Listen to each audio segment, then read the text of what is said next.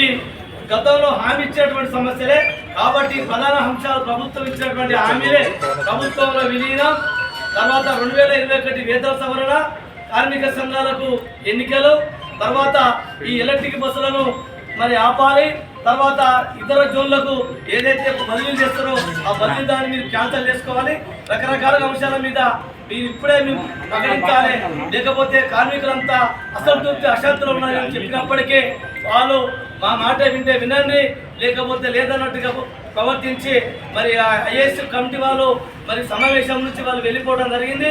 మేము గత్యంతరం లేని పరిస్థితిలో లేని పరిస్థితిలో మళ్ళీ మేము అంటే ఈ సమ్మెను చేయించడానికి ఈ ప్రభుత్వమే ఉద్దేశపూర్వకంగా ఈ చర్చలను కమిటీల పేరుతో కాలయాపన వేసినట్టుగా మేము భావిస్తూ ఈరోజు 32 డిమాండ్ల సమస్యలు పరిష్కారం అయ్యేంత వరకు కార్మిక వర్గం అంతా సమ్మెలో రేపటి నుంచి పాల్గొనవలసిందిగా జేఏసీ పిలిపిస్తున్నది.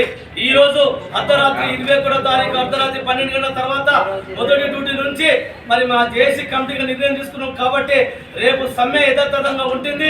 ఎవరి మాట వినవలసిన లేదు. కాబట్టి కార్మికులంతా ఎవరు భయపెట్టించినా ఎవరు ఎన్ని ఇబ్బందులు చేసినా మీరు మొక్కబోని ధైర్యంతో ఈ సమ్మెలో విరోచితమైనటువంటి పోరాటానికి మీరంతా సిద్ధమై మన న్యాయమైనటువంటి డిమాండ్లను సాధించుకునేంత వరకు సమ్మెను కొనసాగించవలసిందిగా, పోరాటాన్ని కొనసాగించవలసిందిగా జేఏసీ నాయకత్వం మీకు పిలిపిస్తున్నది.